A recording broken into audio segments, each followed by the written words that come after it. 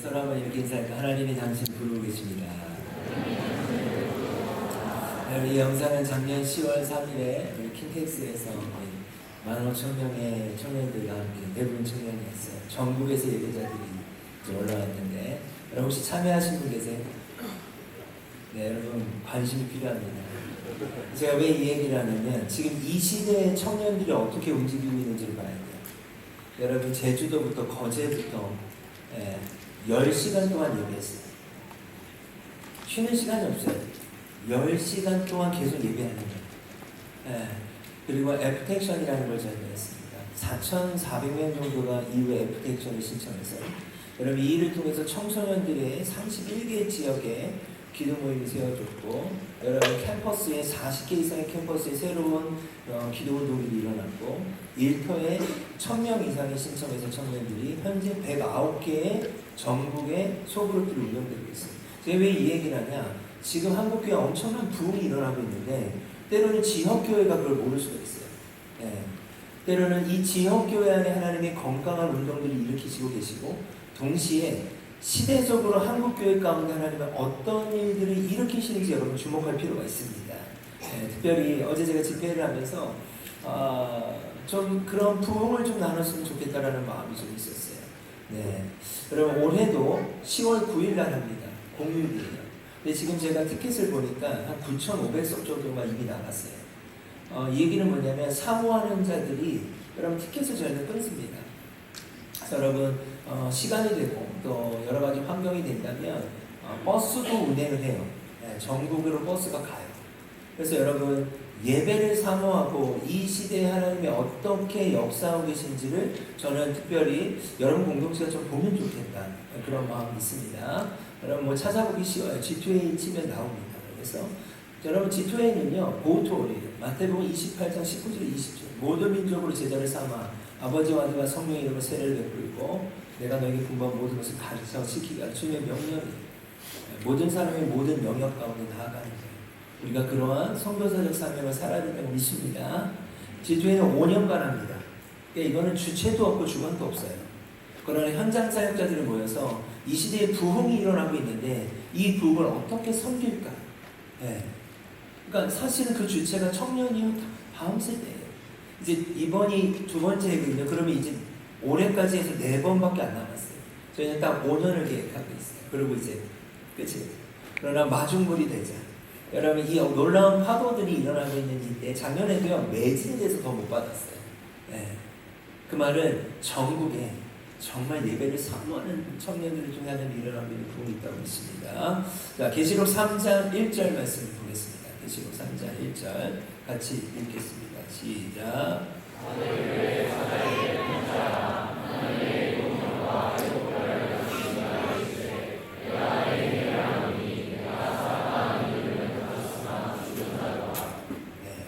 여러분 사대교육이 주는 뭐라고 말씀하십니까? 내가 살았다 하는 이름을 가졌으나 죽은 자로다. 여러분 교회에 중요한 두 가지의 방향성이 있습니다. 교회는 모이기에 힘써야 된다고 믿습니다. 여러분 믿으십니까? 이렇게 모여야 돼요. 모이기 위해 우리 청년 리더들과 또 사역자분들과 부장님이 그렇게 젊은지 몰랐습니다. 또 누가 아침에 인사해서 부장님입니다. 청년이 인사하는 것 같은데 그래서 부장님 사셔요. 할렐루야. 우리 청년들 맛있는 것 좀 많이 사주십시오. 여러분 보세요. 모이기에 힘쓰기 위해서 누군가의 수고가 필요하지 않습니까? 우리 그분들에게 한번 격려합시다. 감사합니다. 여러분 모이기에 힘쓰는 것으로 끝나면 될까요? 모여야 하는 이유가 뭘까요? 우린 이 질문이 필요해요. 우리가 모였다. 여러분 지금 중요한 질문은 선교적인 질문이에요. 그 말은 뭐냐? 우리 교회가 청년부가 몇 명입니다. 여러분 중요한 건 이렇게 자체적으로 수련회를 할 수 있는 청년부가 전국에 얼마나 될 것 같으세요?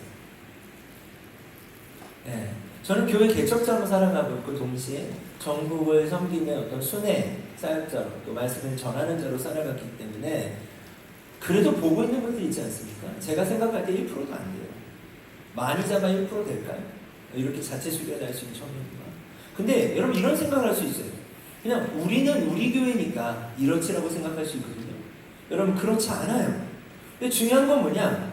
여러분 어떻게 들리실지 모르겠어요. 네. 지금 이 시대에서 하나님이 주목하는 건 뭐냐? 우리 청년부가 몇 명이에요? 우리 매가 몇 명 모여요? 이게 하나님의 관심일까요? 샌딩에 관심이 있는 거예요. 네. 모이는 게 관심이 아니에요. 하나님의 관심은. 그래서 누가 부르심을 가지고 살아가느냐예요. 여러분 청년부가 1000명이든 500명이든 300명이든 그게 중요한 게 아니에요. 여기서 누가 하나님의 부르심을 가지고 살고 있느냐가 중요한 거 아니겠습니까? 네. 모여야 하는 이유는 흩어지기 위함이에요. 네. 그게 성경의 방향성이에요. 여러분 모여야 하는 이유는 뭐라면? 여러분 어떻게 흩어지고 있나요? 오늘 이 지점에 대해서 좀 말씀을 나누길 원합니다. 네. 아멘. 네. 네. 계시록 3장에 뭐라 하냐? 너희가 살았다라고 하는 이름은 가졌으나 어떻다? 죽은 자래요. 네, 여러분 이렇게 모여있으면 살았다는 이름이 있죠. 근데 이 말의 방향성은 뭐냐? 이 말씀의 방향성은 모였을 때 살아있는 것 같을 수 있어요. 흩어졌을 때 어떻게 살고 있냐는 거예요. 네. 우리끼리 좋고 우리끼리 행복하다? 여러분 제가 여러분에게 좀 도전하고 싶은데요. 지금 이 시대에 엄청난 부흥이 일어나고 있다고 했잖아요. 부흥이라는 말의 뜻은 뭐냐? 살아나는 거예요. 아멘? 근데 살아나는 것으로 끝나는 건 부흥이 아니에요. 살아나서 살려내는 것까지 가는 걸 부흥이라고 하는 거예요. 여러분이 살아나는 것으로 만족하지 마시라는 거예요. 네. 여러분 경쟁력이 필요해요. 여러분 청년 공동체의 경쟁력은 뭐예요? 여러분 생각할 때 우리 이렇게 모여요. 이게 경쟁력일까요? 여러분의 경쟁력은 뭐예요? 저는 알죠. 좀 여러분은 알아야 되는 말입니다. 그런 거 생각해야 돼요. 우리 지금 이런 눈치인데 여러분 하나님의 나라는 침노를 당해요. 네, 전라도에 임시전하는 곳이 있어요. 임시 치즈 이렇게 들어보셨죠? 거기 그 동네예요. 네, 임시 치즈가 나온 거 잘 모릅니다. 근데 저한테 DM이 왔어요. 청년들이었어요. 목사님, 이렇게 저는 이렇게 말씀을 좀 부탁하는 줄 알았어요. 저는 이런 공동체도 가지만 정말 어려운 공동체들을 많이 갈 때가 있어요. 네, 정말 쉽지 않아요. 또 그것도 저의 사명이니까. 근데 말씀을 전해달라고 하는 게 아니었어요. 그래서 제가 좀 잘못 들었나?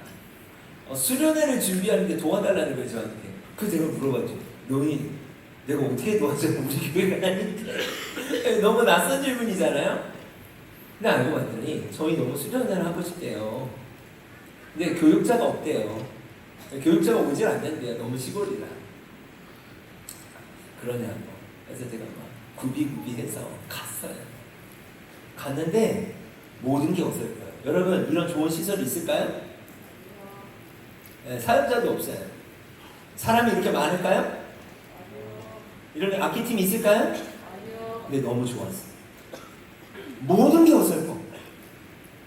근데 그들이 하나같이 다 준비하고 있는 거예요. 여러분 소수가 준비한 좋은 시스템이 경쟁력이에요. 여기 취하지 말라는 거예요. 이렇게 좋은 환경에서 자고 먹고 좋은 시스템에서 여러분 누리고 이게 경쟁력이에요? 우리는 이런 시스템을 렌탈할 수 있어요. 여러분 이런 거 렌탈할 수 있는 교회가 몇 개나 돼요? 이게 경쟁력이에요? 뭐가 경쟁력이에요?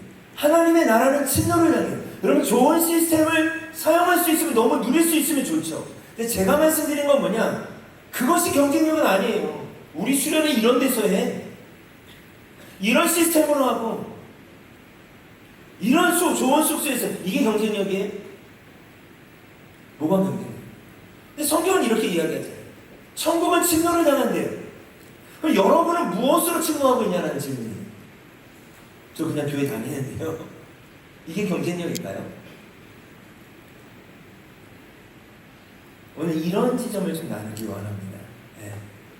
이렇게 아침에 이렇게 심각해졌어요. 네. 그러려고 한 건 아닌데 네. 아침에 자고 일어나면 에너지가 좀 생겨요. 근데 저녁 때는 에너지가 없어요. 그러긴 한데 여러분 살아있다라고 하는 이름을 가졌으나 죽은 자처럼 살지 말라는 거예요. 자, 5절 말씀, 3장 5절 말씀 보겠습니다. 같이 읽겠습니다. 시작.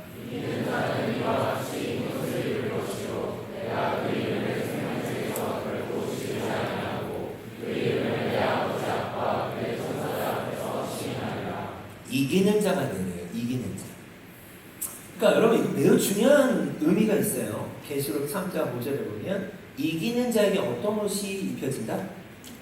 여러분 계시록에서 흰옷이 상징하는요 구원받은 백성의 표식이에요. 네. 구원의 문제에서 매우 중요한 게 이기는 거예요. 여러분 우리가 예수님을 왜 믿는가? 성공하기 위해서 믿는 걸까요? 그건 아니잖아요. 그죠? 뭐 내가 안정감을 취하기 위해서 예수님을 믿는 거예요? 그것도 아니란 말이에요. 예수님을 왜 믿는가 우리가? 승리하기 위해서 믿는 거예요. 여러분 청년일 때도 그렇지만 신앙생활이라고 하는 건 사계절이 있어요. 다시 말하면 좋을 때도 있고 내가 하나님을 믿지만 알 수 없는 고통이 찾아올 때도 있어요. 내가 하나님을 사랑하지만 원치 않는 일들을 당할 때도 있어요. 내가 기도하는 대로 되지 않을 때도 있어요. 그러나 어떠한 계절을 만나든 예수 그리스도의 이름으로 승리하기 위해서 우리는 예수님을 믿는 거예요. 잘 되기 위함이 아니라. 근데 그 승리의 최종 지점은 어딜까요? 영원한 천국이에요. 이기는 자는 이와 같이 흰옷을 입는 거예요. 그럼 제가 여러분에게 질문할게요. 여러분 어떤 삶에서 여러분이 모였을 때 말고 흩어졌을 때 여러분의 일상, 캠퍼스와 직장과 여러분의 도시와 가정과 아르바이트하는 현장이든 공부하는 현장이든 거기서 여러분은 어떤 이김의 삶이 있냐는 거예요. 이기고 있냐는 거예요.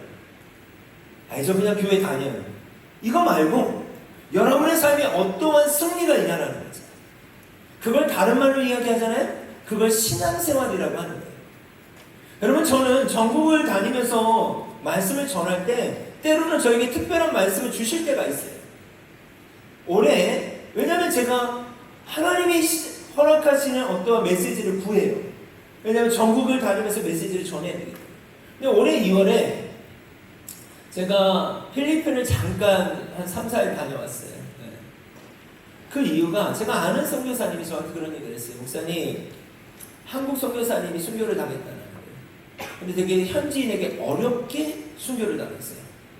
근데 그걸 언론에 내지는 않고 선교의 길이 막히지 않게 원하다 가족들이 조용히 그 장례를 치렀고 그 얘기를 해주는데 그 선교사님이 뭐라 그러냐면 마음이 너무 어렵다는 거예요. 거기도 10년 이상 있었는데 현지인이 그렇게 하는 걸 보면서 마음이 너무 어렵다. 그래서 저하고 아는 목사님이 다른 일정도 있었지만 같이 가서 뭐 해볼까? 그 선교사님 계속 맛있는 걸 사드렸어요.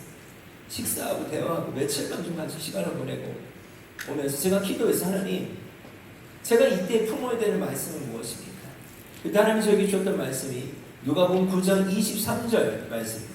누가복음 9장 23절 같이 읽겠습니다. 시작.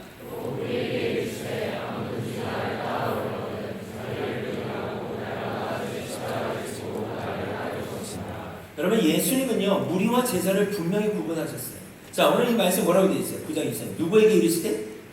무리가 누굴까요? 여러분 무리가 하나님을 경험하지 못했던 자일까요? 여러분 어떻게 생각하세요? 여러분 예수님 당시 무리가 누구였을까요? 기적의 현장에 있었던 사람이에요. 예수님의 말씀도 다 들어봤던 사람이에요. 기적을 경험하지 않은 게 아니고 여러분 사복음서를 통해 알 수 있는 건 뭐냐? 기적이 사람을 바꾸지 못한다는 거예요. 여러분 여기 하나님을 경험한 적이 없는 사람들이 있을까요? 저는 없을 것 같아요. 은혜를 경험했습니다. 하나님의 복음을 경험했습니다. 다 저마다의 하나님의 경험들이 있지 않겠습니까? 여러분 경험이 있다고 제자예요? 제자 훈련 받으면 제자가 되나요? 제자의 의미는 뭐예요? 오늘 이 구절에 나와 있는 거예요. 아무든지 나를 따라오려거든 예수님을 따라가는 자가 제자 아닙니까? 동의가 되세요? 여기까지 동의가 되세요? 자 여러분 잘 보세요. 예수님 사랑합니다. 주님 없이는 못 살겠습니다. 아무리 백날 얘기를 하는데 삶은 일상에서 내가 살고 싶은 대로 살아요. 이거 제자예요? 무리예요? 무리예요. 아무리 이렇게 모여서 주님 없이는 못 삽니다. 저 주님 사랑합니다. 근데 나의 일상에서 내가 가고 싶은 대로 가고 살고 싶은 대로 살면서 썬데이에 와서 예배드리고 수련회 와서 주님 사랑합니다 하고 그런데 정작 내 삶에서 어떻게 살고 있냐는 거예요. 이김이 없는 거예요. 그걸 다른 말로 뭐라고 하는가? 종교인이라고 합니다. 여러분, 이것이 최근 저에게 주시는 마음. 하나님을 경험했는데 여전히 무리예요. 하나님을 사랑한다고 말하는데 여전히 무리예요. 여러분, 신앙생활이라고 하는 정의를 바꿔야 돼요. 한국교회 안에 신앙생활의 정의를 잘못 내렸어요. 신앙생활을 뭘로 이해하는 줄 아세요? 교회 다니는 게 신앙생활로 알아요. 여러분, 명확히 제가 말씀드릴게요. 교회를 다니는 것은 신앙생활이 아니에요. 신앙생활이잖아요. 신앙이란 말은 뭐예요? 어느 곳에서든 주님과의 관계를 놓지 않는 거예요. 생활은 뭐예요? 여러분, 365일 교회에서 사세요? 어디서 사세요? 여러분의 캠퍼스와 여러분의 직장과 여러분의 도시에서 살고 있잖아요. 그러면 여러분이 살고 있는 일상에서 어떻게 예수님과의 관계를 맺어가느냐를 신앙생활로 정의해야 되는데, 언제부턴가 교회 프로그램이 신앙생활로 착각하고 있는 거예요. 여러분, 제가 최근에 저희 공동체는 매일 성경을 묵상하거든요. 이사야서 1장을 딱 피는데 너무 놀랐어요. 뭐라고 되어 있는가? 너희의 손을 펼 때. 여러분, 오늘 예배 드리다가도 손을 피셨죠? 네. 손을 들고 찬양하기도 하고 기도할 때도 펴요. 근데 주님이 뭐라고 말씀하시냐? 너희의 손을 펼 때 너희 손에 피가 너무 많이 묻어 있다는 거예요. 나는 너희 예배를 받지 않겠다. 저를 따라합시다. 일상에서의 손과 예배의 손은 다르지 않다. 여러분, 이게 무슨 말이에요? 여러분이 일상의 삶을 어떻게 살아가고 있냐는 거예요. 그 손이 하나님을 예배하는 손과 달라요? 그리고 주님 예배 받아달래요. 여러분, 주님이 말씀하세요. 성경에 나는 그 예배를 안 받겠대요. 근데 우리는 열심히 예배해요. 그게 착각인 거예요. 성경이 뭐라고 되어 있냐는 거예요. 성경. 이사야서 1장을 보세요. 나는 그 예배를 받지 않겠대요. 너희의 손에 그렇게 피를 많이 묻히고 주일에 와서 나한테 예배하는데 나는 그 예배를 받을 수 없다는 거예요. 아모스서는 예배에 관해서 매우 노골적으로 얘기해요. 아모스. 뭐라고 얘기해요? 너희 예배를 멈춰라. 너희의 노랫소리도 멈춰라. 죄송합니다. 성경 그대로 표현해요. 너희의 예배가 역겹다. 너희의 예배는 너희를 위한 것이지 나를 위한 것이지 않다. 여러분, 지금 우리가 예배하고 주님 앞에 나아가는데 누굴 위한 예배를 드리시는 거예요? 우리는 하나님을 위한 예배를 드린다고 하는데 하나님이 그 예배를 안 받으시겠다고 하면 여러분 어떻게 하시겠어요? 그 생각을 하지 않는다는 거예요. 그걸 뭐라고 해요? 종교적인 삶이라고 합니다. 하나님의 관심이 없어요. 그냥 내가 계속 예배하는 거예요. 그걸 하나님이 받으실 거라고 생각하는 거예요. 그래서 아모스서에서 뭐라고 되어 있는가? 정의를 흐르게 해라. 공의를 흐르게 해라. 가난한 자의 삶을 짓밟고 그들의 인권을 유린하고 가난한 자들의 삶의 그 재정을 착취해서 내 앞에 예배드리는 그 예배다 드리고 싶지 않다. 근데 여전히 한국교회 가운데 어떤 표현이 나오는지 아세요? 난 돈 많이 벌어서 장로 되겠다. 그 착각이에요. 하나님이 돈을 언제 많이 벌라고 했어요? 오히려 과거에 돈의 돈이 귀하다고 하셨습니다. 주님이 보시는 건 뭐예요? 돈을 어떻게 벌고 있는지에 대한 과정을 보시는 건데 우리는 그냥 11조 많이 하면 좋은 거래요. 그런 성경 구절이 어디 있어요? 여러분, 너무 무서운 게 뭔지 아세요? 우상이에요. 우상. 우상이 왜 무서운지 아세요? 출애굽기의 말씀을 보면 제가 말씀을 보다 너무 놀랐어요. 모세가 시내산에 법궤를 받으러 올라가죠.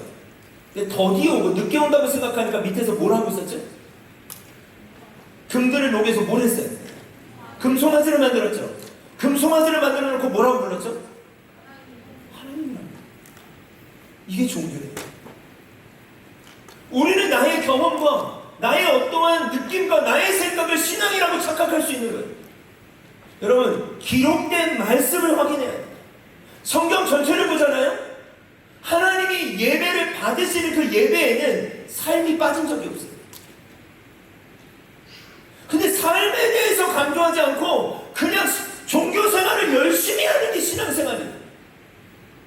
여러분, 그 함정에 빠지지 마세요. 그 함정이에요. 여러분에게 부여된 일상의 삶을 잘 살아가야 돼요. 그 삶을 토대로 하나님은 예배를 받으시겠다고 하는데 우리는 그냥 일상의 삶은 일상의 삶이고 주일에 와서 아니면 뭐 청년부 어떤 활동, 선교 열심히 가고 봉사 열심히 하면 그게 신앙생활이에요? 여러분 잘 생각해봐요. 주일에 허락하신 은혜를 가지고 나의 일상을 어떻게 살아갈지가 중요한데 일상에 대한 책임감이 없는 거예요. 근데 성경은 계속 삶을 얘기해요. 너희가 이렇게 살면서 내 앞에 나온다? 나는 그 예배를 받지 않겠다라고 성경은 지속해서 구약에도 얘기하고 신약에도 얘기해요. 그런데 우리가 관심이 없어요. 왜 관심이 없는지 아세요? 종교생활하는 게 너무 편해요. 저는 이게 참 최근에 들어 전 고민이에요. 무리에게 이르시되 아무든지 나를 따라오는. 여러분 정말 예수님 따라가길 원하세요? 이 지점에 대해서 심각하게 생각하라는 거예요. 무리와 제자가 구분되어 있어요.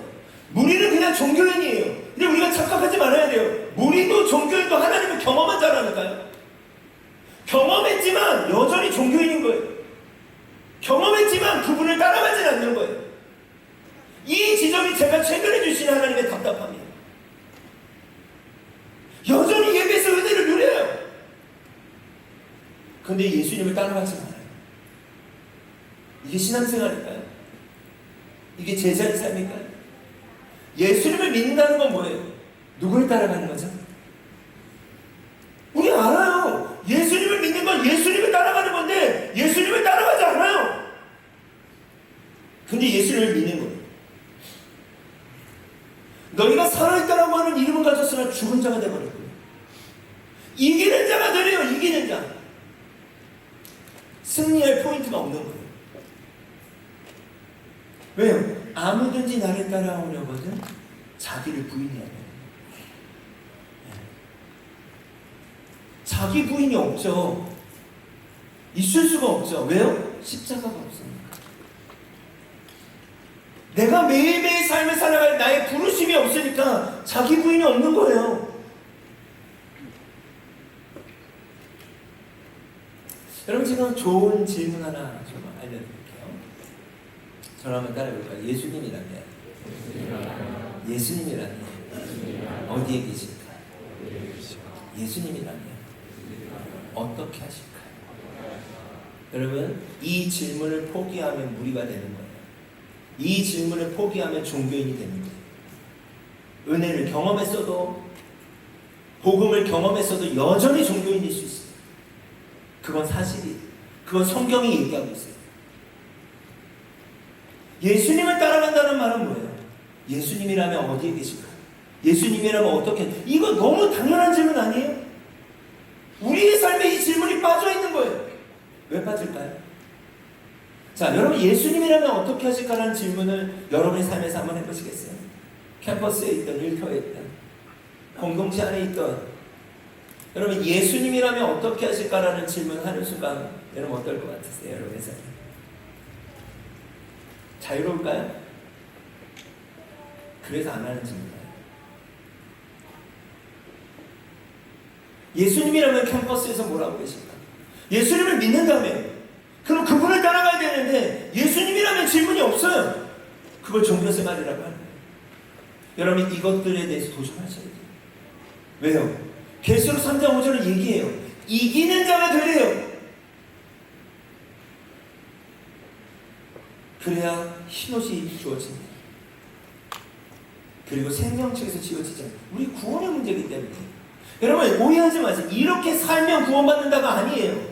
예수님을 믿는다면 그분을 따라가는 것이고 그분을 따라가고 있다면 증명하고 있어야 되는 게 있다는 거예요. 제 말이 이해가 되세요? 여러분 예수님을 믿고 있다면 여러분의 삶에서 무엇으로 증명하실 수 있겠어요? 이게 있어야 되잖아요. 언제까지 저 교회 다니는데 이게 증명이에요? 그거 신앙생활 아니라니까요? 교회 다니는 거 말고 여러분이 예수님을 믿는다는 증명이 뭐냐는 거예요. 아, 저 모태신앙인데 그거 말고 저 세례 받았는데 그거 말고 저 훈련 받았는데 그거 말고 여러분의 삶에서 예수님을 믿고 있다는 증명이 뭐냐는 거예요. 예수님을 믿는다는 건 너무 어렵게 생각하지 마세요. 누굴 따라가는 거다? 예수님을 따라가는 거예요. 그거에 대해서 말할 게 뭐가 있냐는 거예요, 지금. 그게 없으면 뭐다? 뭐다? 무리예요. 그게 없으면 뭐다? 종교인이. 여러분, 이 말이 거북스러울 거예요. 근데 사실이 예수님이 말씀하셨잖아요. 무리에게 이르시되, 무리에게 이르시되. 그 마음이 느껴지세요?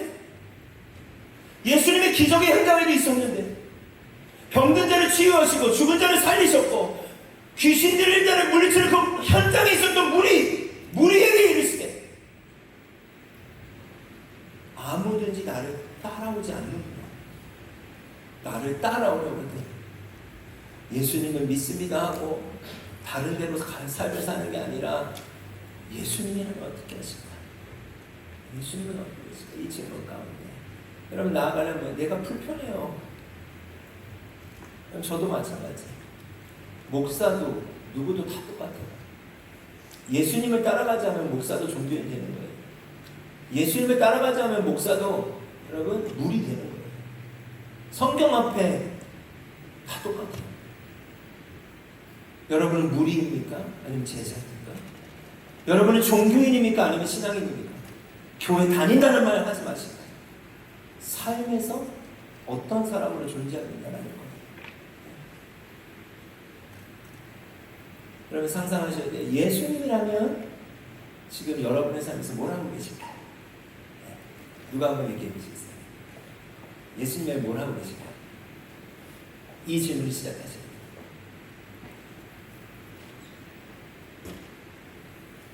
생각하고 있는 거죠?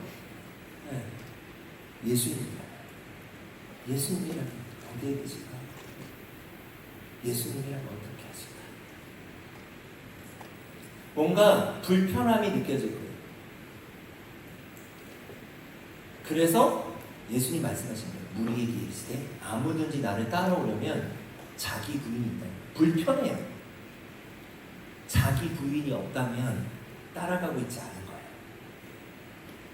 자기를 부인하고 그 다음 뭐예요? 날마다라고 그랬어요. 날마다. 이벤트가 아니에요. 날마다 제 십자가를 지고 나를 따릅니다. 자, 십자가가 뭔지 제가 말씀드립니다. 여러분, 우리 모두는요 다 십자가가 있어요. 근데 이 십자가가 뭐냐? 쉽게 말하면 예수님이라면 어떻게 하시지? 예수님이라면 어디 계시지? 그때 여러분에게 주시는 마음이 있을까요? 없을까요? 있어요. 그 마음을 붙잡는 게 여러분의 십자가예요. 이런 크고 작은 일이 없어요. 우리 영상 하나 보고 말씀드리겠습니다. 청소년들 영상을 좀 보고. 그러니까 제가 말씀드리는 건 뭐냐, 이 시대에 어떤 일들이 일어나고 있는지를 좀 보셔야 돼요. 여러분, 중고등학생들이에요.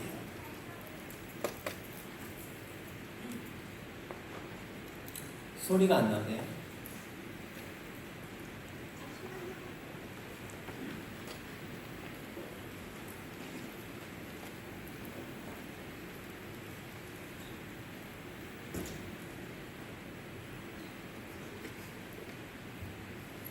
잠깐 멈춰주시고 처음부터 멈춰주시고 이게 되는지 안 되는지 되나요? 제가 늦게 드려요. 네, 그럼 처음부터 아니 이 음악이 아니에요. 말이 나와야 돼요.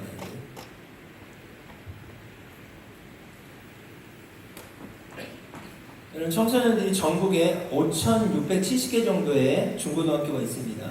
네, 기독교 대안학교 말고 그 학교 중에 여러분 현재 올해 기준으로 1299개 공식적으로 아마 더 이상 됐어요. 1299개의 중고등학교 안에서 청소년들이 자발적으로 기도 모임들을 개척하고 있습니다.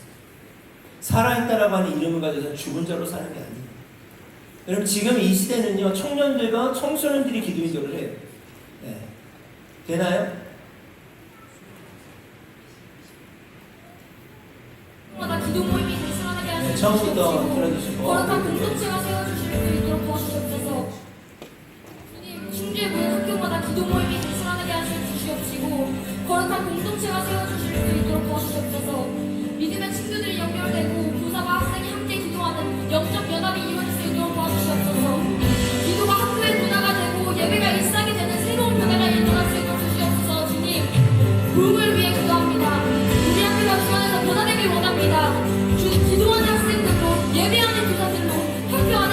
그리스도가 선포되게 하여 주시옵소서. 어둠의 사랑을 물러가고 생명의 빛을 비추게 하여 주시옵소서. 주님 충주를 넘어서서 대한민국의 모든 중고등학교마다 회개의 눈물이 흐르게 하시고 이 세상에 성령의 바람이 불어올 수 있도록 도와주시옵소서. 보응의 불길이 타오르게 하여 주시옵소서. 학교를 새롭게 하시고 인간을 새롭게 하여 주시옵소서. 주님, 학교마다 기도 모임을 세워주시옵소서. 학교 안에 작은 교회를 세워주시옵소서. 주님, 세종시 친구들을 살려주시옵소서. 죽지 않게 하시옵소서. 하나님께서 하시고자 하오니 이 시간 쓰시고자 하는 친구들 마음에 헌신할 수 있도록 용기를 더하여 주시옵소서. 청소년 여러분, 기도 불씨 운동에 동참할 용기를 구합시다. 포기하지 않을 용기를 구합시다. 하나님께 쓰임받읍시다. 그리고 친구들을 살려냅시다. 이 시간 기도 불씨 운동에 동참하여 친구들을 살리고 싶다고, 제가 그 일에 쓰임받고 싶으니 결단할 수 있게 용기를 달라고 주여 한번 외치고 기도하겠습니다. 학교를 위해 기도하는 청소년 청년들의 각자의 학교에 찾아가 학교가 단순한 장소가 아닌 모두의 따뜻한 안식처가 되게 하소서. 학교 폭력이 사라지고 학교 친구들이 경쟁자가 아닌 진정한 친구가 되게 하여 주옵소서. 입시와 시험으로 지친 이들에게 따스한 사랑을 베풀어 주옵소서. 학교에서도 나는 하나님을 믿는다는 학생들의 목소리가 울리게 하옵소서. 하나님의 찬양 청소년 청년들이 학교에서도 주님을 따르는 자들이 되게 하소서. 기도하는 모든 청소년 청년들의 학교의 믿음의 파도가 치게 하소서. 저희 몸의 학교를 위하여 다시 한번 하고 기도하겠습니다. 이 시작되네 성령의 바람 여기 불어와 오늘도 임하시네.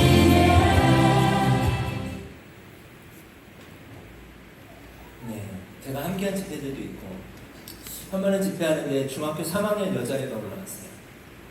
서태안 지역이었던 걸로 제가 기억하는데 첫 번째 이 집회였어요. 근데 한 중학교 3학년 여자애가 올라오더니 너무 어려운 간증을 했어요. 하나님이 저 한 친구를 위해서 같이 기도하고 기도 모임을 세우겠다는 마음을 주셨는데 이 친구가 중학교 3학년이니까 뭔가 고민이 되고 좀 자신감이 없어서 지체하고 있었어요. 근데 이 아이가 제가 말씀을 전하고 나와서 그 다음에 간증을 하는데 근데 그 친구가 그 사이에 자살을 한 거예요. 그러니까 제가 너무 놀랐어요. 아니 이거 간증 필터링 안 했나? 이 아이가 지금 이걸 공개적으로 이야기해서 이걸 어떻게 감당하지? 너무 걱정이 돼요. 근데 이 아이가 그 다음 뭐라고 얘기해요? 저 지금이라도 시작하고 싶어요. 여러분 예수님이라면 어떻게 하실까는 이 질문이 간단한 질문이 아니에요. 근데 우리는 제자 훈련 받고 마른 제자로 살고 싶고 신앙생활하고 싶다고 하지만 그걸 감당하려고 하지 않아요. 그게 종교예요. 그게 무리예요. 교회를 10년, 20년, 30년 다니는 게 중요할까요? 주님은 거기에 관심이 있지 않으세요. 근데 제가 최근 말씀을 보는데 마음이 아픈 건 뭐냐? 좁은 길이 있고 넓은 길이 있대요. 좁은 길은 좁고 협착해서 찾는 이가 적대요. 이게 너무 마음 아픈 거예요. 여기에 청년들이 있지만 성경은 뭐라고 얘기하는 거야? 좁은 길을 가는 자는 적을 거라는 거예요. 넓은 길을 찾는 이가 많대요. 근데 말씀은 뭐라고 되어 있는가? 그 좁은 길이 생명의 길이래요. 여러분 영원한 천국이 있다고 믿으세요? 영원한 지옥이 있다고 진짜 믿으세요? 우리가 살았다는 이름은 가졌으나 죽은 자로 사는 게 아니라 이기는 자의 삶을 살 수 있는 이유는 뭐예요? 그 마지막에 승리가 있음을 믿기 때문에 살 수 있는 거예요. 여러분 진짜 영원한 삶이 있다고 믿으세요? 이걸 믿지 않으면 우리 이 삶을 살지 않을 거예요. 그래서 종교적인 삶을 선택하는 거예요. 예수님은 필요한 것 같고 은혜는 누리니까 좋고 복음은 경험하니까 행복한데 영원한 삶이 있다고 믿지 않으니까 그 좁은 길을 안 가는 거예요. 지금 이 시대의 싸움은 이 싸움이에요. 얼마나 좋은 설교들을 많이 들을 수 있고 여러분처럼 좋은 공동체에서 많이 누리실 거예요. 그게 신앙생활이라고 착각하지 말라는 거예요. 그거 신앙생활 아니라는 거예요. 좁은 길을 걸어가는 게 신앙생활. 여기서 누릴지 모르지만 여러분의 직장에서 예수님이라면 어떻게 하실까? 여러분의 캠퍼스에서 예수님이라면 어디에 계실까? 이 질문이 가볍지 않아요. 그렇게 가벼운 질문이 될 수 없다는 거예요.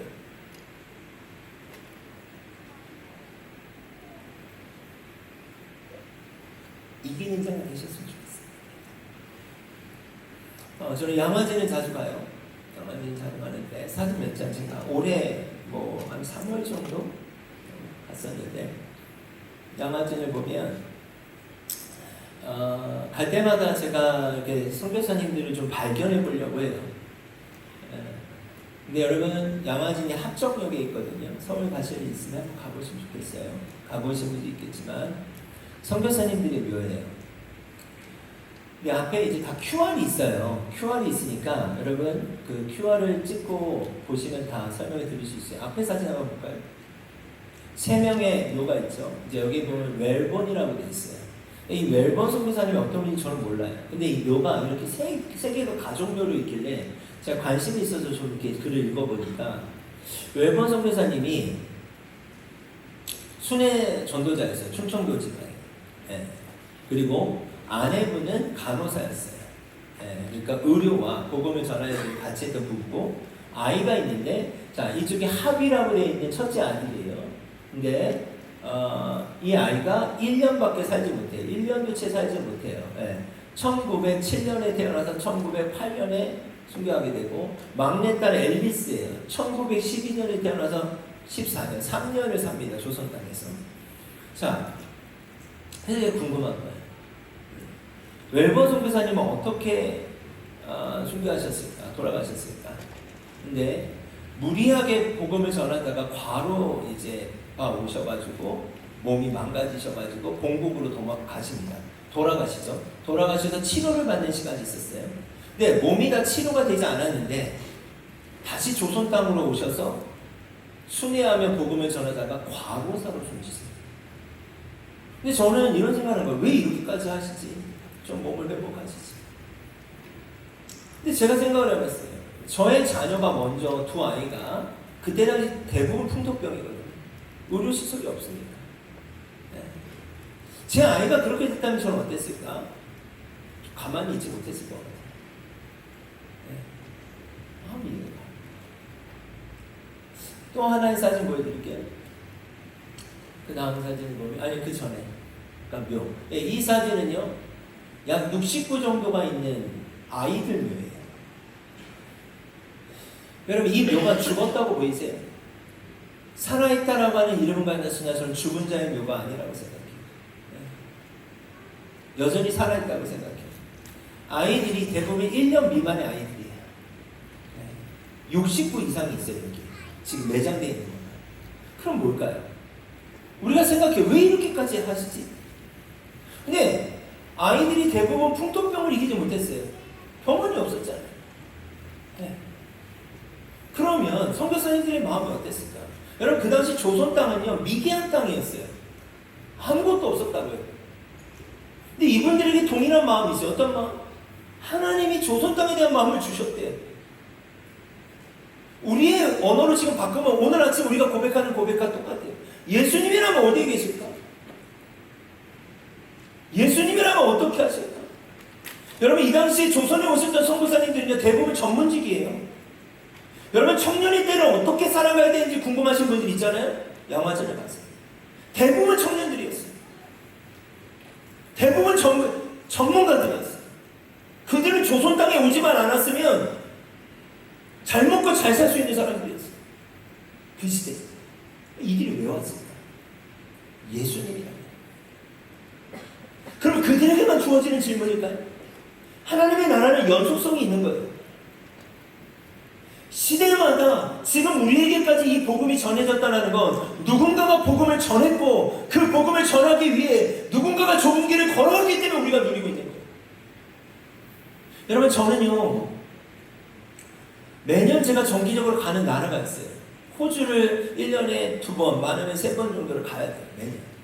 거기서 제가 목회자들 게더링들을 인도하는데 제가 올해도 갔다 왔고 또 11월에도 가야 돼요. 근데 제가 느끼는 게 있어요. 호주가 처음엔 되게 좋아 보였어요. 멜번도 그렇고 도시가 너무 이뻤어요. 시드니. 거기에 보면 헤리티지 건물들이 있어요. 헤리티지 건물. 100년도 넘었어요. 그거 건들 수도 없어요. 부실 수도 없어요.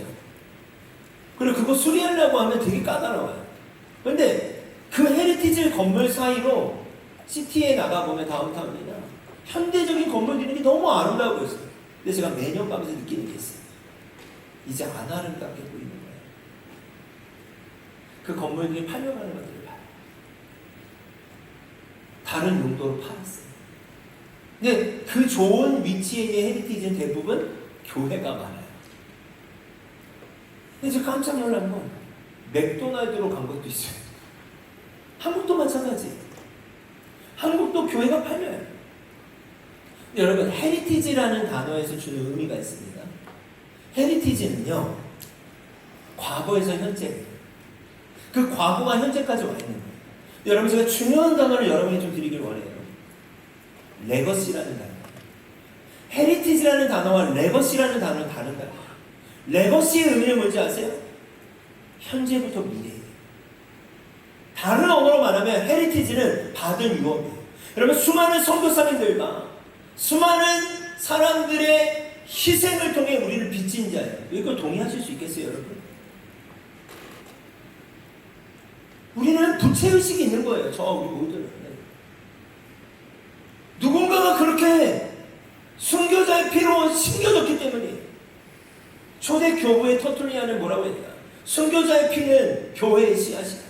수많은 선교사님들이 조선 땅에 왔고 인권이 유린된 여성들을 위해 학교를 세우고 병원을 세웠으며 교육이 되지 않는 이 조선 땅에 와서 여러분 놀라운 건 인권이 무리된 백정들 같은 그들의 신분들을 어떻게 바꾸는 일들을 하잖아요.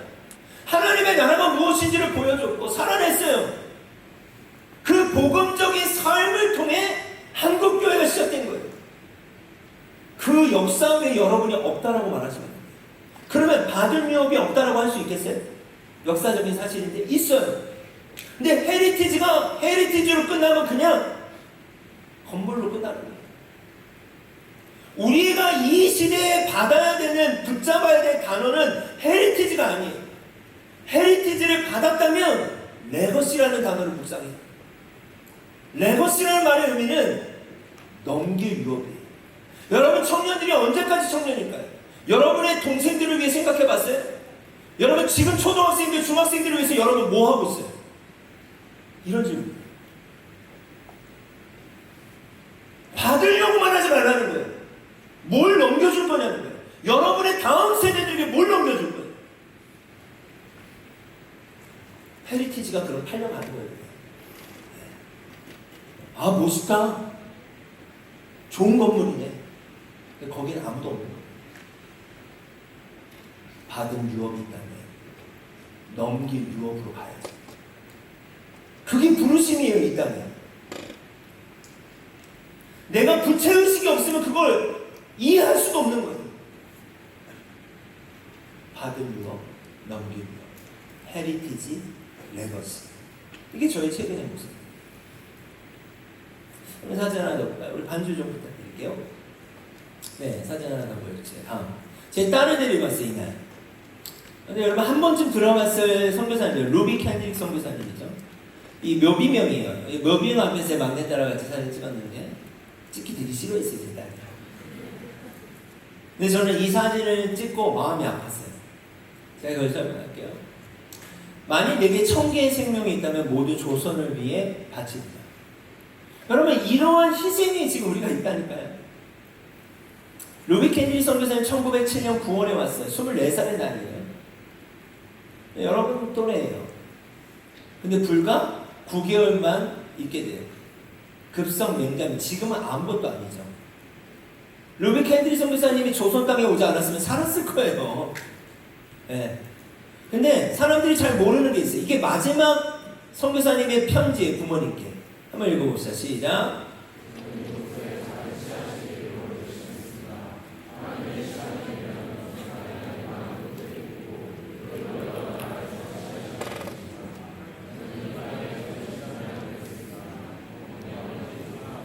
부모님께 보내는 마지막 편지. 저는 이곳에 작은 씨앗이 되기로 결심했습니다. 24살의 나이에 와서 어떻게 보면 1년도 채 있지 못했어요. 하나님의 시간이 되면 조선 땅에는 많은 꽃들이 필 겁니다. 그들도 여러 나라에서 씨앗이 될 것입니다. 저는 이 땅에 저의 심장을 놓겠습니다. 본국으로 돌아가지도 못했던 거예요. 어머니, 아버지 사랑합니다. 제가 이 글을 알고 있었기 때문에 제 딸하고 사진을 찍는데 제가 이런 고민을 했어요. 여러분, 저에게 막내딸은요, 생각만 해도 너무 소중해요. 여러분, 어떻게 생각할지 모르지만 아들 둘에 딸이 있다 보니까 제가 또 남자고, 저는 제 딸을 한 번도 샤워시키지 못했어요. 하기 싫어는 아닙니다. 네, 너무 소중해서. 여자아이니까 내가 어떻게 샤워를 해줘야 될지 모르겠어요. 그만큼 저에게 소중한 건 지금도 제 딸하고 저는 같이 자요.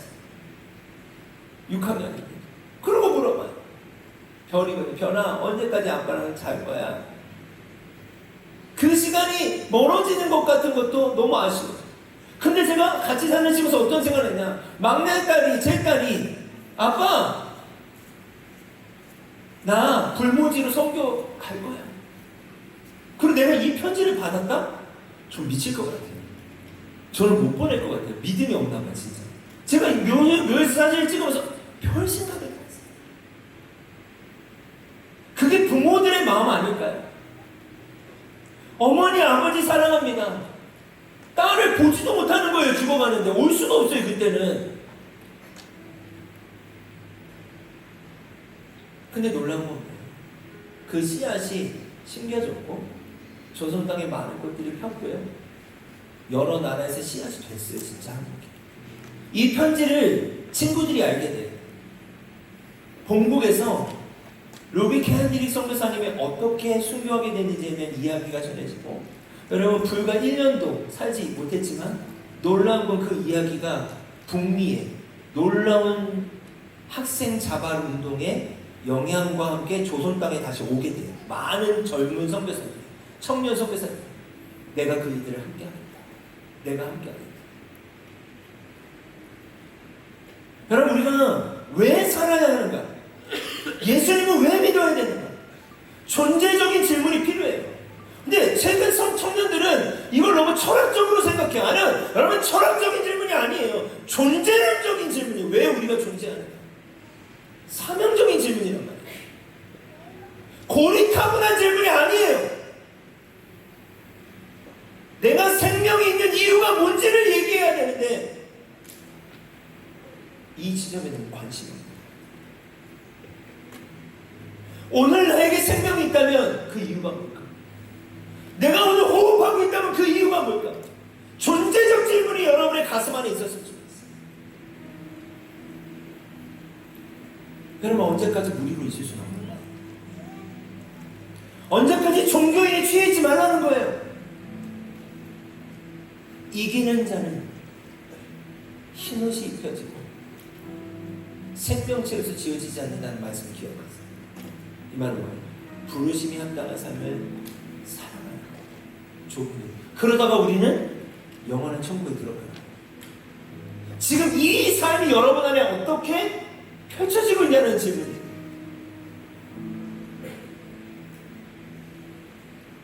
지금 저의 이 질문이 여러분에게 어떻게 다가가고 있는지 모르겠어요.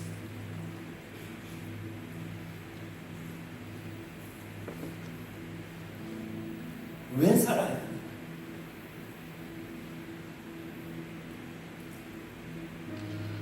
그럼 부흥은 다른 게 아니에요.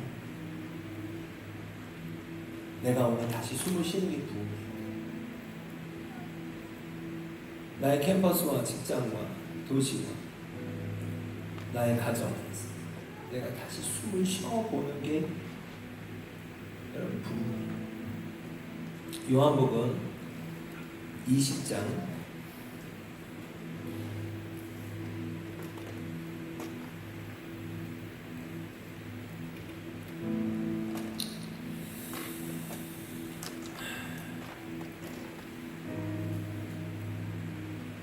21절 한번 볼게요. 21절 말씀 같이 한번 읽겠습니다. 예수께서 그 이르시되 너에게 평강이 있을지어다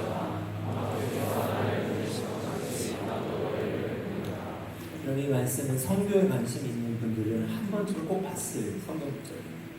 성교하신 하나님에 대한 말씀. 성부 하나님께서 아버지께서 나를 보내셨다. 여러분 성교라고 하는 단어의 뜻은 뭐냐? 보내심이에요. 그럼 보내심을 받은 자는 뭘까요? 선교사.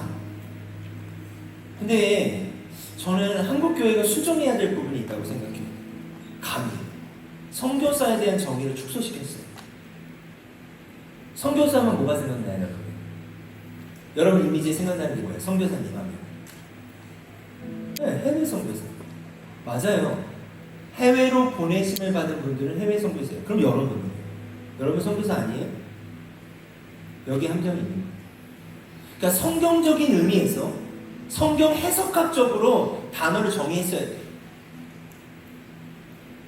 그러면 성경에서 보내심이라고 하는 단어는 선교예요. 미시오. 예. 선교의 뜻은 보내심이에요. 여러분은 이 땅에 하나님이 여러분을 보내셨다고 믿으세요? 자, 일상이 매일매일 삶을 살아가는 일상을 구성하는 두 가지의 요소가 저는 있다고 정리하는데, 첫 번째, 여러분이 선택하지 않았지만 주어진 영역들이 있습니다. 여러분 부모님을 선택했나요? 나라를 선택했어요? 태어나? 여러 나라에서 태어났을 수 있죠. 네, 제가 한 달 전에 선교사님들 자녀들 청년순회에 있는데 깜짝 놀랐어요. 80개국에서 선택했고, 이 아이들이 그걸 선택했을까요? 그건 하나님의 주권이라고 하는 거예요. 여러분 성교를 여러분이 선택하셨어요? 아니, 우리가 선택하지 않았지만 주어진 영역이 있습니다. 동의하시죠? 자, 두 번째, 여러분이 선택하고 있는 것들이 있어요. 공동체도 선택했을 수 있어요. 대학도, 직장도, 남자친구, 여자친구, 또 결혼. 여러분 우리의 삶에 수많은 선택들이 있죠. 그러니까 우리가 매일매일 날마다 삶을 살아가는 일상은 선택하지 않았지만 주어진 것과 또 내가 선택하고 있는 것들이 하나로 구성되어 있는 거예요. 자, 여기까지 동의하세요? 그러면 내가 선택하지 않았든 내가 선택했든 이 모든 것을 주관하시는 하나님이 우리가 믿는 하나님이라고 여러분 믿으실 수 있겠어요? 이거 되게 중요한 질문이에요. 주관이란 말의 의미는 뭐냐? 계획하고 실행하다라는 뜻이에요. 내가 선택했을지라도 그 모든 것을 합력하시는 분이 누구죠? 하나님. 이걸 믿을 때 보내심이라는 단어를 우리가 이제 이해할 수 있기 때문에 다시 내가 선택하지 않았지만 주어진 것도 하나님의 주관하심에 있다고 믿을 수 있죠. 근데 어려운 거 뭐냐? 내가 선택하는 것들 있잖아요. 내가 선택하지 않은 것 말고 내가 매일매일 선택하는 것까지도 하나님이 주관하신다고 믿을 수 있냐는 거예요. 믿을 수 있겠어요? 받아들일 수 있겠어요? 그럼 제가 설명할게요. 그러면 이런 말이 돼요. 내가 선택하지 않았든 내가 선택을 했든 이 모든 것을 계획하고 실행하시는 분이 하나님이라면 우연이라는 게 있을 수 있을까요? 계획이 있는 거잖아요. 하나님이. 그러면 하나님이 여러분이 선택하지 않았어요. 여러분의 가정을. 근데 하나님이 여러분을 여러분의 가정으로 보내셨다라고 받아들일 수 있겠어요? 여러분이 선택하지 않았지만 주관하신 거라고요. 여러분을 여러분의 가정으로 보내셨다라고 받아들일 수 있겠냐고요. 그럼 보내심을 받은 자죠, 여러분. 그럼 여러분 가정에 뭐예요? 정체성이. 선교사예요. 이게 선교사의 의미여야 해요. 자, 여러분의 대학을 결정했어요. 직장을 결정했어요. 여러분이 선택했어요. 아르바이트를 하든 취업을 준비하든 여러분의 일상의 선택들이 있는데 그 선택도 하나님이 주관하신다고 믿는 거죠. 그러면 하나님이 여러분을 여러분의 직장으로 보내셨다라고 받아들일 수 있어요? 여러분의 캠퍼스로 보내셨다고 받아들일 수 있겠어요? 그럼 여러분 캠퍼스와 직장이 뭐예요? 선교사예요. 이게 성경적인 의미예요.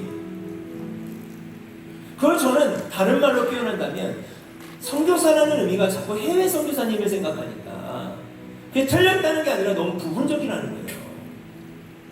저를 한번 따라합시다. 나는 일상의 선교사.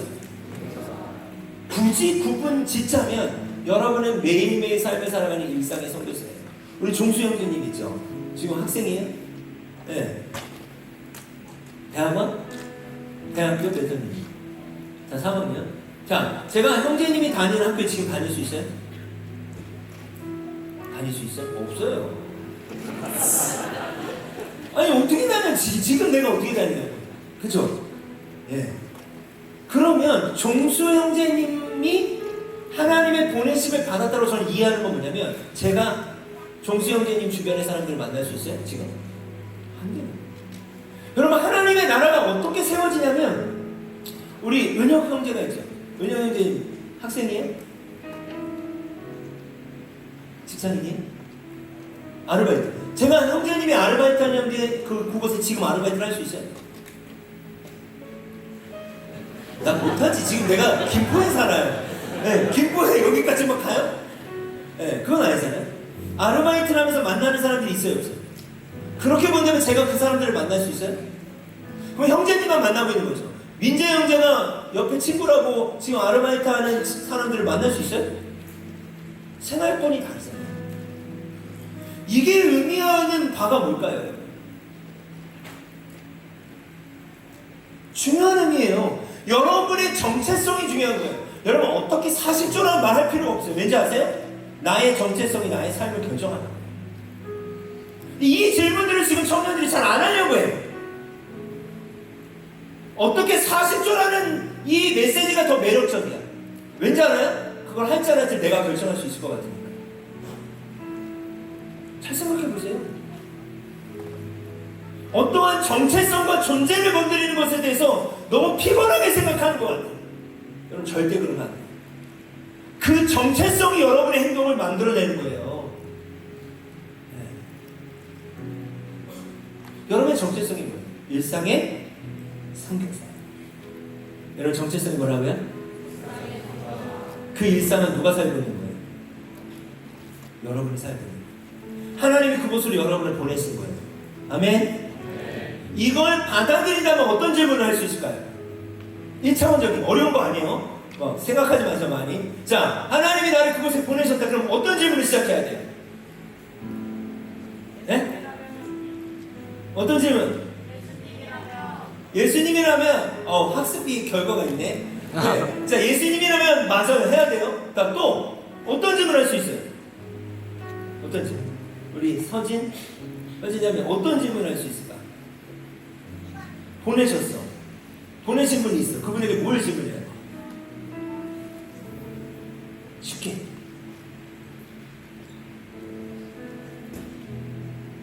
내가 살짝 멈춘 것 같아. 네, 그죠? 네, 어떤 질문을 해야 될까요? 그거예요. 왜? 주님, 이 가정에 나를 왜 보내셨어요? 가정마다 사연이 있잖아요. 주님, 왜 이 직장에 나를 보내셨어요? 왜 이 캠퍼스에 나를 보내셨어요? 왜 이 아르바이트 현장에 나를 보내셨어요? 여러분, 이 질문이 있어야 된다는 거예요.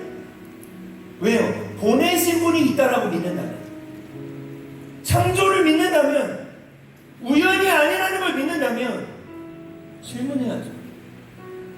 왜 나를 그곳에 보내셨나요? 이걸 다른 말로 성도적 삶의 시작이라고 합니다. 여러분, 우리가 비전이라는 단어를 잘못 이해하고 있어요. 비전은 외래어잖아요, 사실. 대부분 청년일 때 비전에 관심이 많아.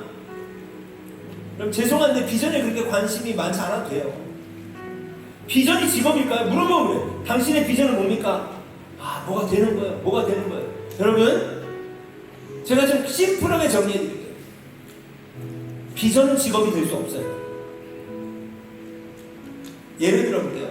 제가 목사가 비전이었다고 해서 목사가 됐어요. 그건 더 비전을 이루는 걸까? 아니에요. 개념이 달라요. 어떤 개념이 다르냐? 제가 설명해볼게요. 모든 그리스도인의 비전은 다 똑같아요. 따라합시다. 증인된 삶. 그거예요.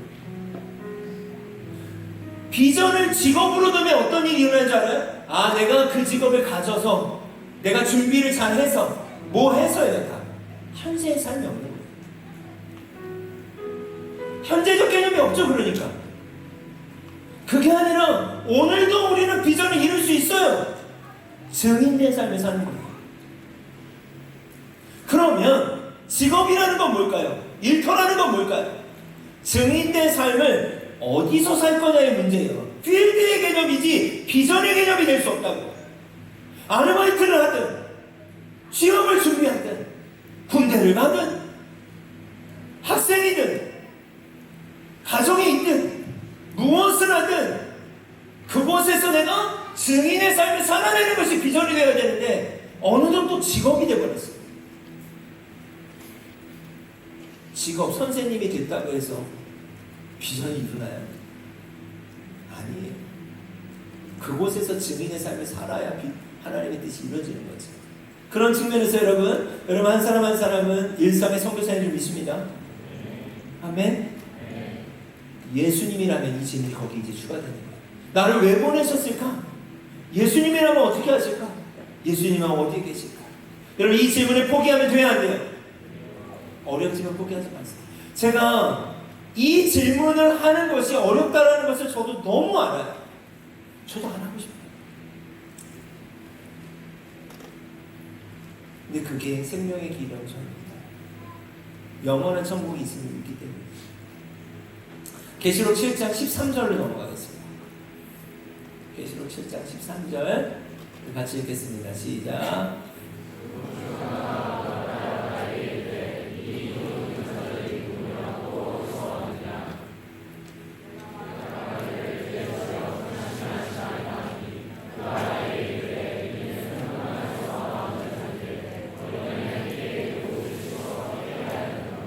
정여전 한 사람이 이 흰옷 입은 자가 어디서 왔냐? 계시록 3장에 보면 흰옷 입은 자는 어떤 자였죠? 이기는 자, 승리하는 자. 내가 어떠한 상황에 처하든지 사도 바울은 그걸 자족하는 걸 배웠다고 하는 그게 승리예요. 어떠한 상황에 있든지 예수를 붙잡고 놓지 않는 거예요. 예수님이라면 어떻게 하실까? 그 선교적 삶을 포기하지 않는 거예요. 무리가 아니라 제자로 살아가는 거예요. 종교인이 아니라 신앙생활을 시작하는 거예요. 그 이기는 자의 끝이 뭐예요? 흰옷이에요. 이 흰옷 입은 자가 어디서 왔냐? 뭐라고 되어 있어요? 14절에 큰 환난에서 나옵니다. 이 땅의 삶을 표시하는 거예요. 여러분 이 땅의 삶은요 불안정해요. 우리가 제국과 같은 이 땅의 삶을 살아가요.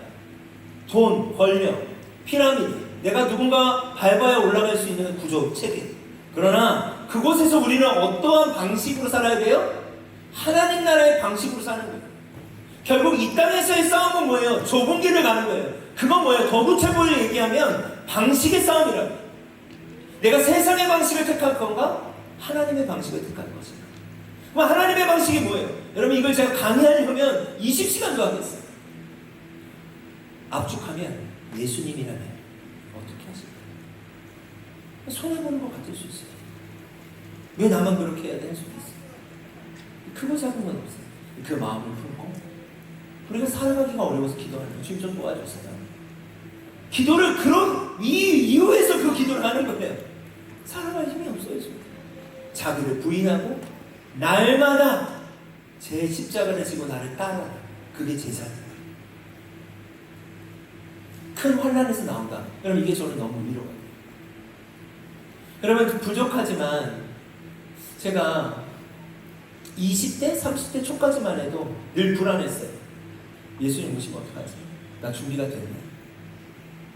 구원의 확신이라는 게 뭔지 심각하게 고민한 사람 중에 하나예요. 그런데 지금 그렇지 않아요. 그럼 그때 왜 그랬는가 봤으면 정말 열심히 사역도 하고 열심히 했어요. 모두. 근데 저는 여전히 무리였어요. 사역자였지만 무리였어요. 사역자였지만 종교인이었어요. 예수님에 대한 질문이 없었어요. 그냥 일만 하는 사람이었어요. 저와 같이 그 사람이에요. 여러분의 청년의 때를 허비하지 마세요. 낭비하지 마세요. 예수님이라는 큰 환난에서 나오는 데가 있어요. 요한복음 13장 34절 35절 말씀인데 저는 한번 따라해볼까요? 새 계명을 너에게 주노니 서로 사랑하라. 내가 너희를 사랑한 것 같이 너희도 서로 사랑하라. 너희가 서로 사랑하면 이로써 모든 사람이 너희가 내 제자인 줄 아니라. 그러면 새 계명을 준다는 말은 어떤 말일까? 성경에 없는 계명이 추가됐다는 의미가 아니라 성경 전체를 요약하면 무엇인가요? 서로 사랑하는 거예요. 근데 기준이 있어요. 내가 너희를 사랑한 것 같이. 여러분, 예수님이 어제 호세아서 말씀도 봤지만 우리를 얼마나 사랑하시는지에 대해서 경험하는 것은 감사하죠. 그래서 우리가 은혜 받았습니다. 복음을 경험했습니다. 그런데 여기서 멈추면 뭐예요? 뭐죠? 여기서 멈추면 뭐가 되는 거예요? 무리예요. 종교인이에요. 근데 우리가 너무 여기 익숙해지고 있는 거예요. 주님은 이것만 말씀하시지 않았어요. 내가 너희를 사랑한 것 같이 너희도 어떻게 해라? 너희도 서로 사랑하라. 이 삶을 살아가는 걸 신앙생활의 첫걸음이라고 하는 거예요. 이 삶을 살아가는 것을 자기를 부인하고 날마다 제 십자가를 지는 거예요. 여러분, 그렇다면 저는 오늘 기준을 좀 말씀드릴게요. 기준이 필요해요. 나는 무리인가 제자인가? 무리와 제자의 그 기준은 뭔가? 여러분, 기준이 서셨어요? 이제 기준이 서요?